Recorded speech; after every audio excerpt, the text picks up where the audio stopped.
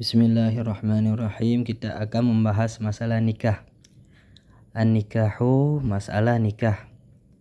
An-nikahu lughatan, nikah itu secara bahasa, dari segi bahasa Arabnya sesuai dengan kamus resmi bahasa Arab adalah ad-dhammu, berkumpul. Jadi kenapa dinamakan nikah itu berkumpul? Karena di situ ada berkumpulnya antara sepasang suami istri. Dan juga nikah itu secara bahasa bermakna al-wat'u. Dan al-wat'u ini banyak maknanya. Salah satunya adalah dengan makna sabat wa tuma'ninah, yaitu ketenangan. Mengapa nikah itu, apa hubungannya nikah dengan ketenangan? Ya, seorang yang sudah menikah biasanya jiwanya itu udah lebih tenang, lebih teguh. Tetapi yang kita perlukan adalah bukan secara bahasanya. Yang kita perlukan adalah nikah secara syariat Islam itu apa yang dimaksud dengan nikah.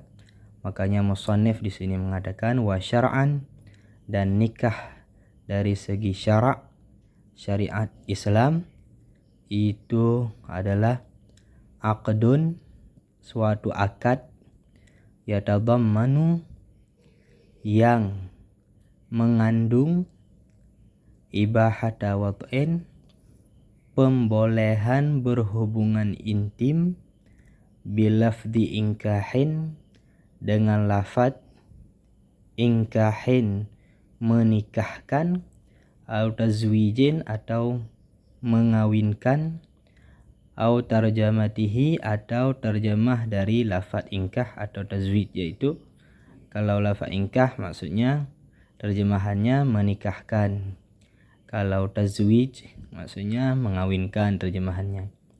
Di sini ada beberapa hal yang perlu kita pahami. Yang pertama, nikah itu harus ada aqdun, akad. Apa yang dimaksud dengan akad? Akad itu adalah proses ijab dan kabul. Jadi sesuatu dalam ilmu syariah Islam itu, kalau ia dinamakan akad, berarti di situ pasti ada proses ijab dan kabulnya. Ijab itu adalah misalnya saya nikahkan anak saya Fulana binti Fulan dengan saudara Fulan bin Fulan dengan mahar sekian, itu ijab. Dan ada qabulnya dari pihak suami, saya terima nikahnya dan seterusnya. Itu dinamakan dengan akad, proses ijab dan kabul, atau disingkat menjadi akad. Yatadhammanu, akad tersebut mengandung pembolehan berhubungan intim. Jadi setelah akad tersebut berlangsung, ijab dan kabul setelah berlangsung sah, maka di situ terkandung pembolehan berhubungan intim. Karena tanpa akad ini sepasang pasangan itu tidak boleh melakukan watak.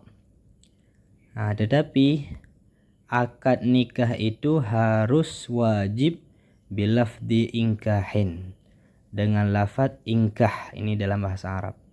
Misalnya angkah tuka binti fulanah bimahri kada wa kada, atau dengan lafaz tazwij, maksudnya zawwajtuka binti fulanah bimahri kada wa kada, atau tarjamatihi, atau tarjamahnya inkah, saya nikahkan, hingga seterusnya, atau terjemahnya tazwij, saya kawinkan engkau dengan putri saya, dan seterusnya. Itulah definisi dari nikah yang terdapat 3 unsur. Yang pertama harus ada proses ijab dan qabul.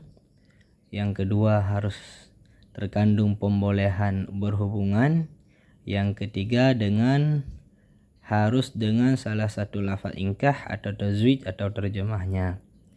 Wallahu a'lam bishawab.